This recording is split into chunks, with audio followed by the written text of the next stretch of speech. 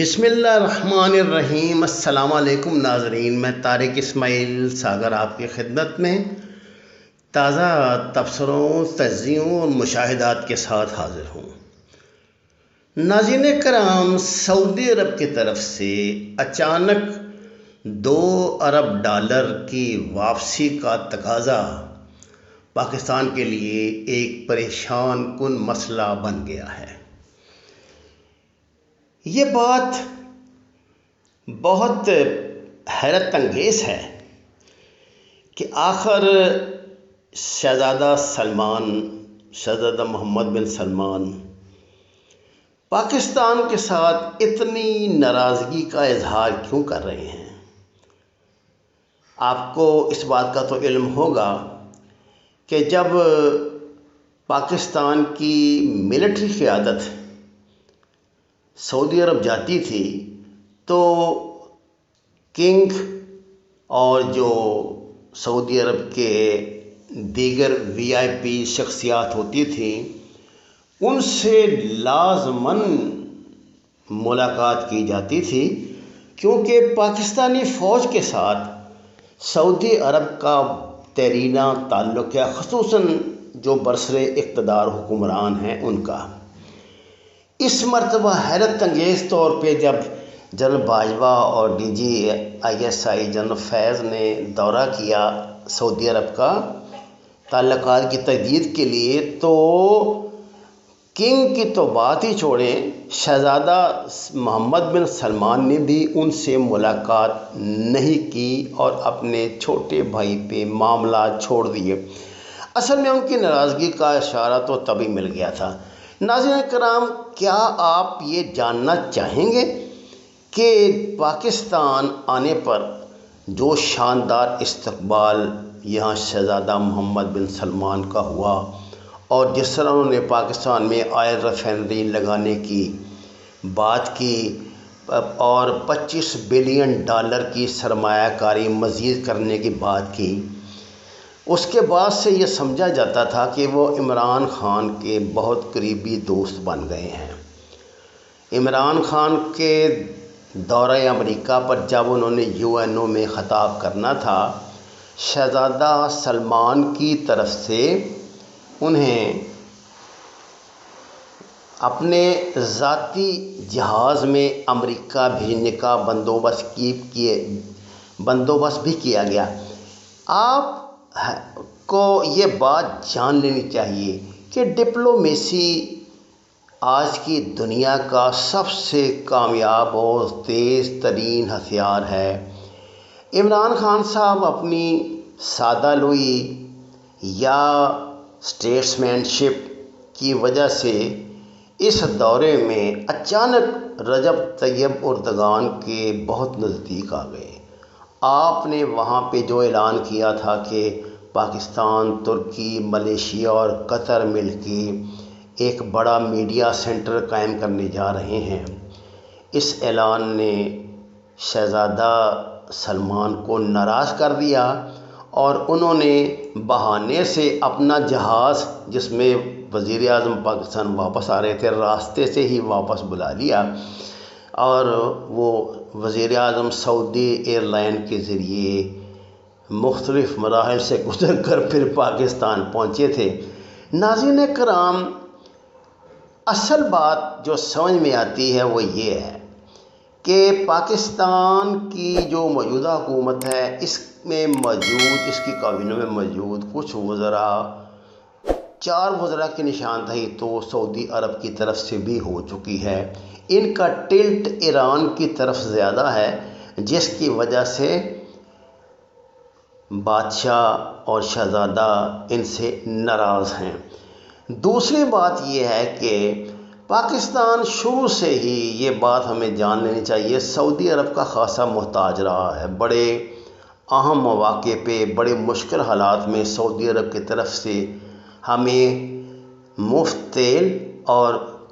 قرضہ ملتا رہا ہے، ویسے بھی امداد ہوتی رہی ہے۔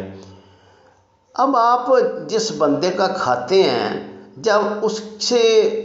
آپ کی اس سے وفاداری جو ہے وہ اس کا تقاضا یہ ہوتا ہے کہ آپ اس کے ساتھ مکمل وفادار رہیں۔ عمران خان نے جانے کس بنیاد پہ ایک نیا گروپ کھڑا کرنے کی کوشش کی جس میں کامیاب بھی ہم ابھی تک نہیں ہوئے، نہ تو ملیشیا، نہ تو ترکی، نہ قطر، تینوں اس پوزیشن میں نہیں ہیں کہ وہ سعودی عرب کی طرح پاکستان کی مدد کر سکیں، یا وہ سعودی عرب کا ماضی میں جس طرح پاکستان کے ساتھ برتاؤ تھا ایسے برتاؤ کے متحمل ہو سکیں۔ ناظرین کرام، جلتی پر تیل کا کام ہمارے وزیر خارجہ کے بیان نے کیا تھا، گو کہ اس بیان کی صداقت کو چیلنج نہیں کیا جا سکتا۔ انہوں نے کہا تھا کہ OIC نے کشمیر کے مسئلے پر جو خاموشی اختیار کر رکھی ہے یہ بڑی پریشان کن ہے، اور وقت آ گیا ہے کہ اب مسلمانوں کی ایک نئی تنظیم جو ہے وہ قائم کی جائے، اور ایک نئے گروپ کا رجب طیب اردگان اور ملیشیا، شاید انڈونیشیا بھی، قطر اور پاکستان اور ایران، ان کے ساتھ مل کے ایک نیا گروپ بنانے کی کوشش کی تھی۔ یہاں مسئلہ جو ہے وہ وہی آ گیا کہ جو عربوں اور عثمانیوں کی پرانی دشمنی، تعصب اور نفرت اور ایک دوسرے سے حسد میں کہہ سکتا ہوں،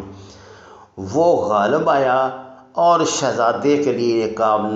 یہ بات ناقابل برداشت ہو گئی کہ ہم ہر معاملے میں ان کو نگلیکٹ کرتے ہیں اور سعودی عرب کو نیچا دکھا کر ترکی کو وہ جگہ دینے لگے ہیں۔ ناظرین کرام، پاکستان کے نزدیک اس کی وجوہات ہوں گی اور ہیں، لیکن ہمیں یہ نہیں بھولنا چاہیے کہ ہمارا سب سے پرانا جو الائی ہے ہمارے مدد کرنے کے معاملے میں وہ سعودی عرب ہی ہے۔ جب ہم نے سعودی عرب کو ناراض کیا تو اس کے کانسیکوینسز اب ہمیں بھگتنے پڑ رہے ہیں۔ اب سعودی عرب یہاں ریفائنری تو کیا لگائے گا، وہ $95 بلین ڈالر کی سرمایہ کاری انڈیا میں کرنے جا رہے ہیں۔ اس کے باوجود کہ حال ہی میں امریکہ کے نومنتخب صدر جو بائیڈن کی طرف سے شہزادے کو جو دھمکی دی گئی ہے کہ جمال خشوگی کے قتل کے سلسلے میں ان پہ مقدمہ چلے گا، اور اپنے خیالات کا بھی اظہار انہوں نے کر دیا ہے، لیکن یہ بات شہزادہ بھی جانتا ہے کہ جو بائیڈن یہ کرے گا نہیں، اس نے یہ سارا دباؤ اسرائیل کو تسلیم کرنے کے لیے ڈالا ہے، جو وہ بہرحال کر لیں گے۔ ناظرین کرام، اس مرحلے پہ پاکستان کو ایک ویژنری وزیر خارجہ کی ضرورت ہے، ایک ویژنری وزیر اعظم کی ضرورت ہے۔ حیرت انگیز طور پہ عمران خان صاحب نے اس سعودی عرب والے معاملے سے خود کو اب تک الگ رکھا ہے اور اس کو اسٹیبلشمنٹ پر ہی چھوڑا ہوا ہے۔ شاید یہ بات بھی شہزادے کو ناگوار گزر رہی ہے۔ اگر ہم یہ چاہتے ہیں کہ ہمیں اپنے اس طرح زندگی میں مانگ تانگ کر ہی پاکستان کو زندہ رکھنا ہے تو پھر ہمیں کچھ نخرے بھی برداشت کرنے پڑیں گے۔ یہ تو ہے سیدھی اور عملی بات، اور اس دنیا میں ڈپلومیسی منافقت کے بغیر، میں اس سلسلے میں علامہ اقبال کے شعر پہ اپنی بات ختم کروں گا کہ ہو صداقت کے لیے جس دل میں مرنے کی تڑپ، پہلے اپنے پیکرِ خاکی میں جاں پیدا کرے، پہلے اپنے گھر میں اپنے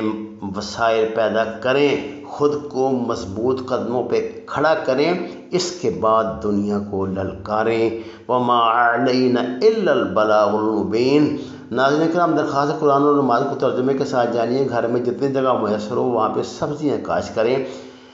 ہمارے چینل کو سبسکرائب کریں، لائکس دیں، شیئر کریں، اور سچ کے اس سفر میں ہمارا ساتھ دیں۔ وما علینا الا البلاغ المبین۔ آپ کا بہت شکریہ۔